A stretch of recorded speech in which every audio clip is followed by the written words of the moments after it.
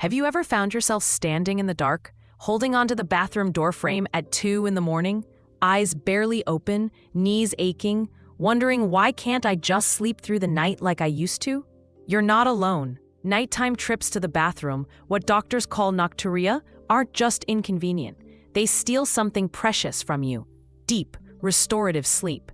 And over time, they rob you of energy, clarity, and even your confidence. They make you hesitant to travel, to socialize, to feel free in your own home. And worst of all, most people think it's just a part of aging. But here's what decades of medical research has revealed, and what I want to share with you today as a physician who has spent over 30 years helping seniors reclaim their nights. Nocturia is not inevitable, and more importantly, it is often caused by one simple mistake that no one talks about. A mistake not found in any pill bottle, but in your daily routine. Today, I'm going to show you 5 invisible habits that silently train your body to wake up multiple times a night. These habits are so common, so overlooked, that most people don't realize they've been sabotaging their own sleep for years. But the good news? You can reverse it. You can reclaim your nights, and you can start as early as tonight. So before we begin, pause for just a moment. If you're tired of restless nights, if you've tried everything and nothing works, if you miss waking up energized and ready to enjoy the day, you're in the right place. This video might be one of the most important things you watch this year, but I need your help to spread this life-changing knowledge to others. Tap the like button to help this video reach more people like you. Subscribe to our channel so you never miss vital health strategies that can improve your life after 60. And tell me in the comments, how many times are you waking up to pee each night? Your story matters. Your voice helps others feel less alone, and your participation fuels this mission to help millions of older adults sleep better, live longer, and age with power and purpose. Let's begin. Habit 1. Consuming hidden liquids within 3 hours of bed. It's a habit so subtle, so innocent, that most people never question it. They think, I stopped drinking water after dinner, so why am I still waking up to pee 3 or 4 times a night? The truth is, the problem isn't just what you drink, it's what you eat, and when.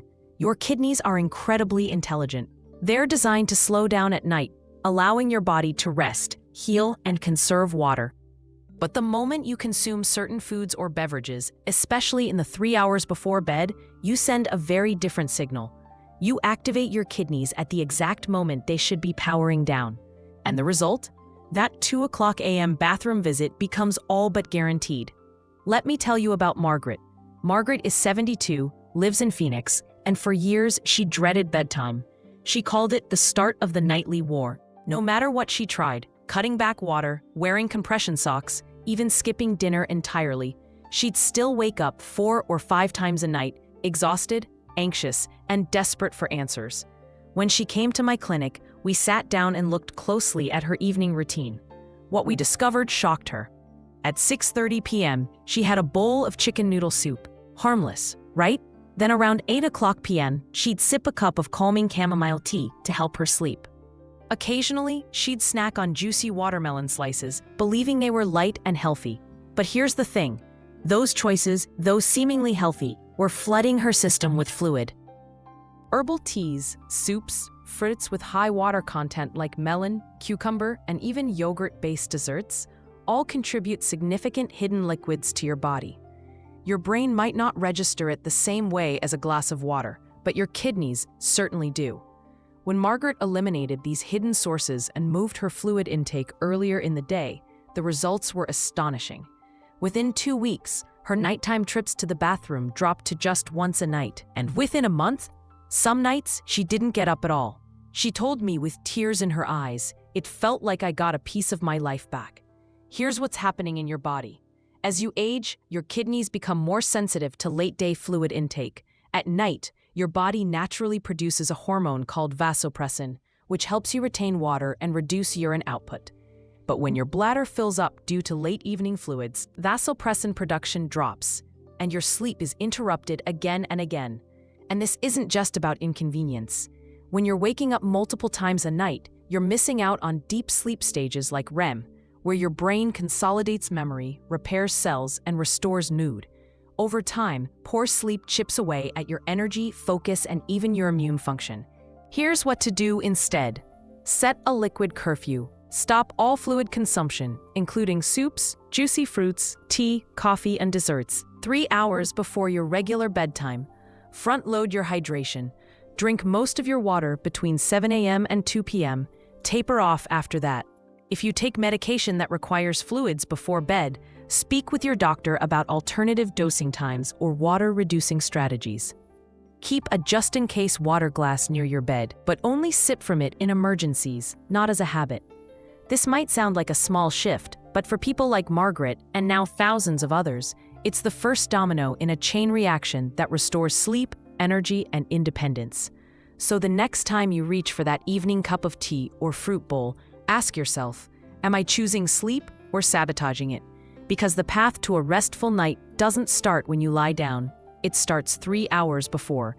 Habit 2, eating too late and choosing diuretic foods. We all love a comforting meal at the end of a long day. It feels rewarding, grounding, even healing. But what if I told you that the timing of that dinner and the foods on your plate could quietly be the reason you're waking up 2, 3, even 4 times a night to urinate? It sounds unbelievable, but it's one of the most common mistakes I see in older adults, and one of the most easily corrected. Let me explain. Your body, like nature itself, follows rhythms, biological clocks that control everything from hormone release to digestion to urine production. One of these clocks governs how and when your bladder fills. When you eat too late, especially meals rich in diuretic foods, you override this system. Instead of preparing your body for rest, you activate it, digesting, stimulating, and ultimately sending fluid to your bladder just as you're trying to sleep. I want to share the story of Robert, a 68-year-old retired accountant from Tampa. Robert prided himself on his healthy eating. He followed a clean diet, walked daily, and rarely missed a checkup. But despite all that, he struggled with poor sleep. Every night, without fail, he'd wake up around 1 a.m., 3:30 a.m., and again around dawn, dragging himself out of bed each time to use the bathroom. When we reviewed his evening routine, the culprit became clear. Robert often ate dinner around 8:30 p.m., a light salad with cucumbers and tomatoes, a bowl of lentil soup, and a cup of green tea to settle his digestion. Harmless, right? Not quite. What Robert didn't realize is that many healthy foods are also powerful diuretics. Cucumbers, tomatoes, celery, watermelon, asparagus, parsley, green tea, even dark chocolate. These all stimulate the kidneys to increase urine production. And when eaten late, they flood the bladder just as the body tries to enter deep sleep. Here's what's happening biologically. Your digestive system needs at least 3 to 4 hours to process a full meal.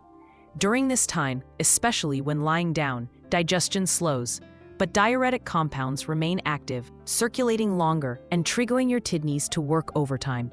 That's why your bladder suddenly feels full at 2 a.m. It's not a mystery, it's a chain reaction. We changed Robert's routine.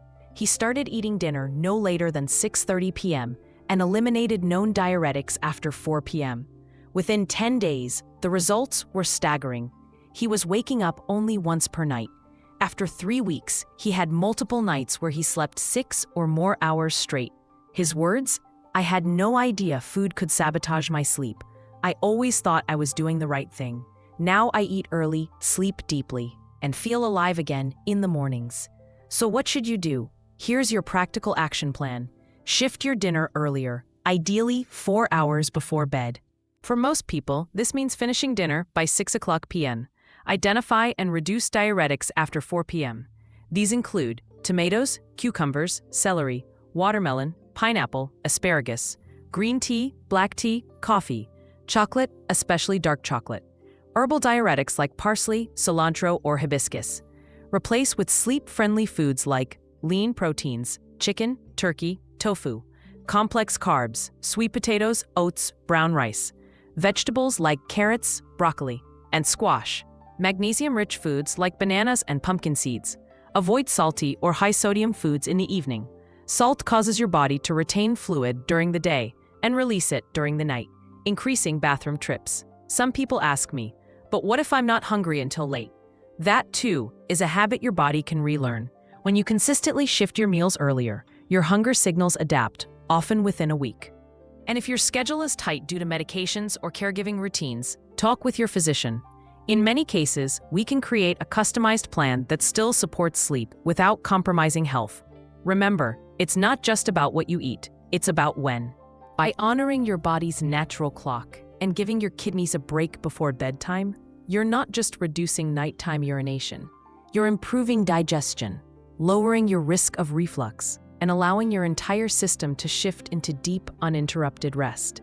And as I often tell my patients, a good night starts with a smart dinner. Habit 3, the just-in-case bathroom visit. We've all done it. You're getting ready for bed, brushing your teeth, turning off the lights, and then, almost by reflex, you say to yourself, better use the bathroom just in case. It seems harmless, maybe even wise. After all, who wants to wake up in the middle of the night with a full bladder? But here's what decades of clinical research and countless patient stories have taught me. This just-in-case habit is not a harmless precaution. It's one of the most deceptive traps that trains your body to wake you up unnecessarily. Let me explain. Your bladder is more than just a holding tank. It's a remarkably adaptive muscle, deeply influenced by your behavior. When you consistently empty it before it's full, you're unknowingly teaching it to become smaller and more sensitive over time. In other words, you're lowering your bladder's capacity and training it to send false alarms, even when it contains just a little urine. This is exactly what happened to Dorothy. Dorothy is 74, a retired teacher from Seattle. And like many of my patients, she prided herself on being proactive. Every night, around 9 p.m., she would go to the bathroom, even if she didn't feel the urge. Then again at 11:30, and again at 2 o'clock. Her nights were fragmented. Her days were foggy. She thought she was managing the problem, but in truth, she was reinforcing it. When she came to see me, I gently introduced her to a concept she had never considered: bladder retraining. I explained that unless there is a strong and clear urge, the best thing you can do for your sleep and your bladder is to wait. At first, she was skeptical. "Won't that make it worse?" she asked. But over the course of just 3 weeks, Dorothy began to trust her body again. She resisted the reflex. She waited until she truly felt the need. And slowly, her bladder adapted. The signals stopped coming so early.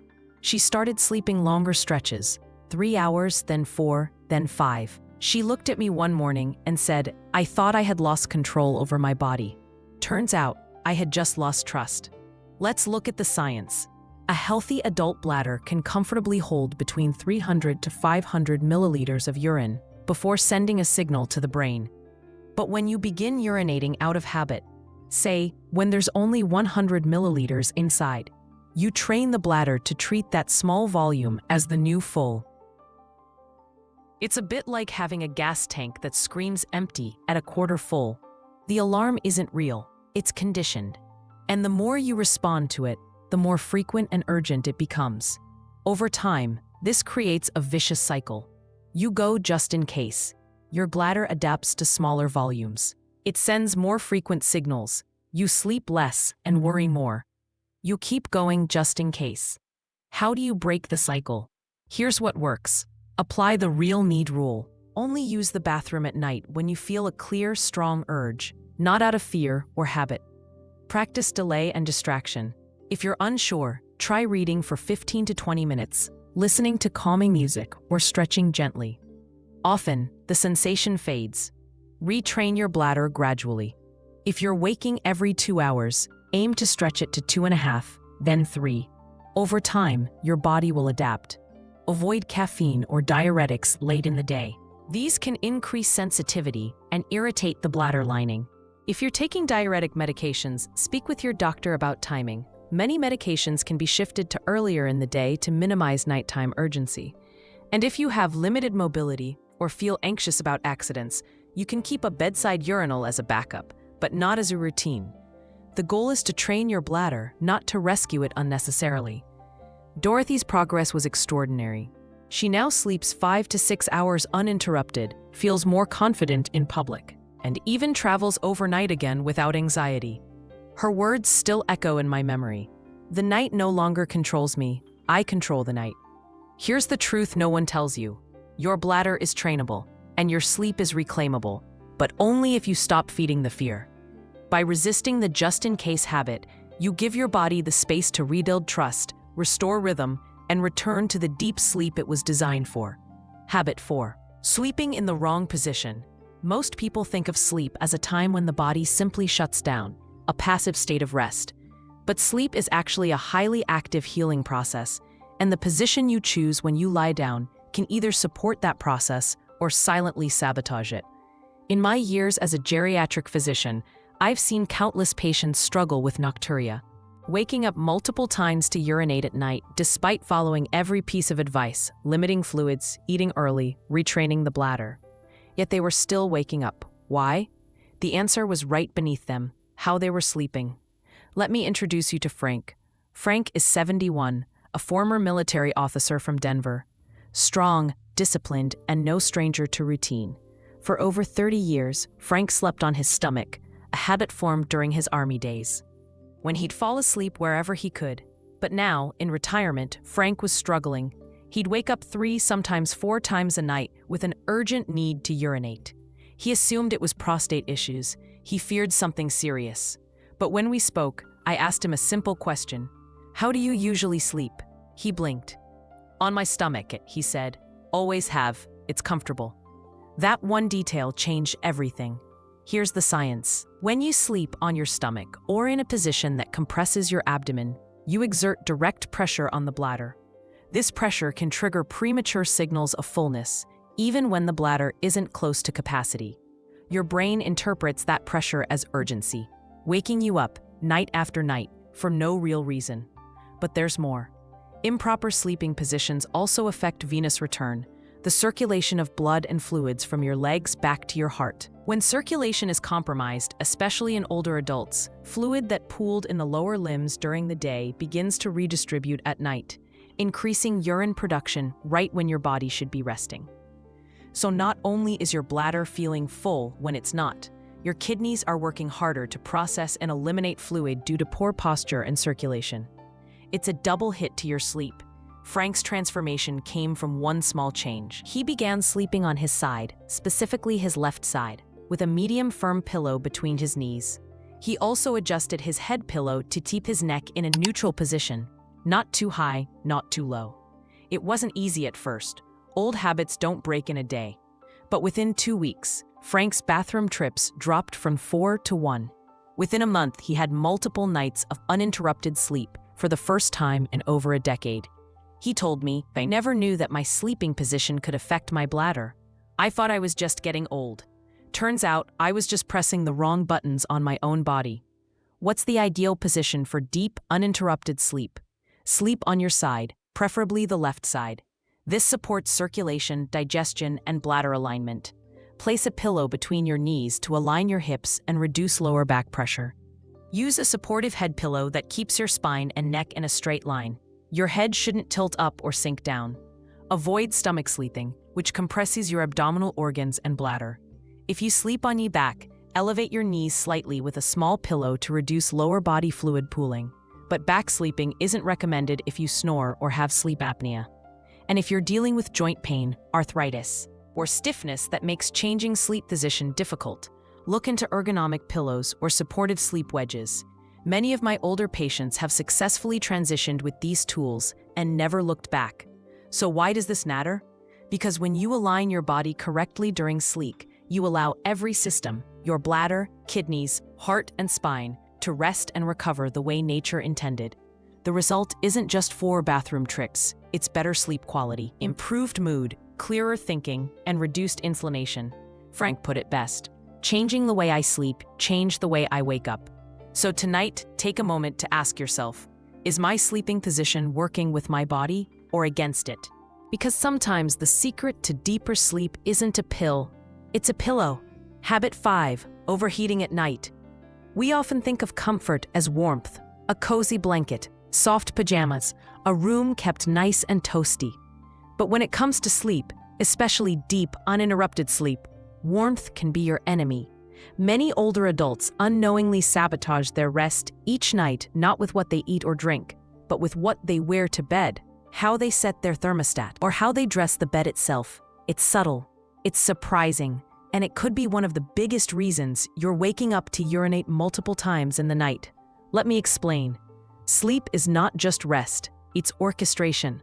One of the most critical biological signals that tells your body it's time for sleep is a drop in core temperature, typically by 1 to 2 degrees Celsius.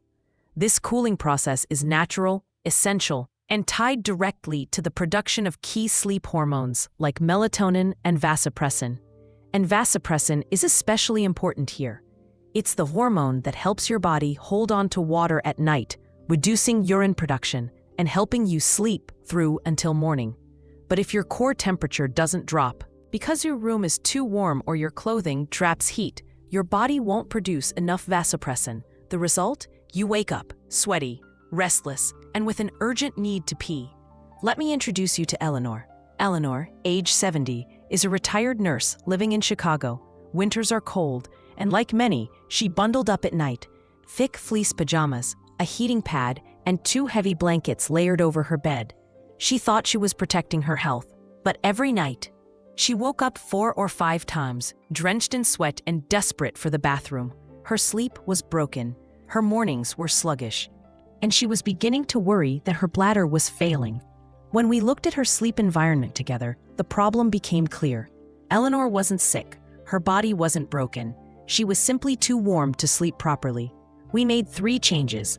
Swapped her pajamas for light, breathable cotton. Lowered her bedroom temperature to 66 Fahrenheit, about 19 degrees Celsius. Replaced her heavy blanket with a layered option she could adjust during the night. The results? Within 1 week, her nighttime bathroom trips were cut in half. By the 3rd week, she reported sleeping through the night, something she hadn't done in nearly 8 years. She told me, "I thought I was protecting myself by staying warm. Turns out I was suffocating my sleep." Why does this happen?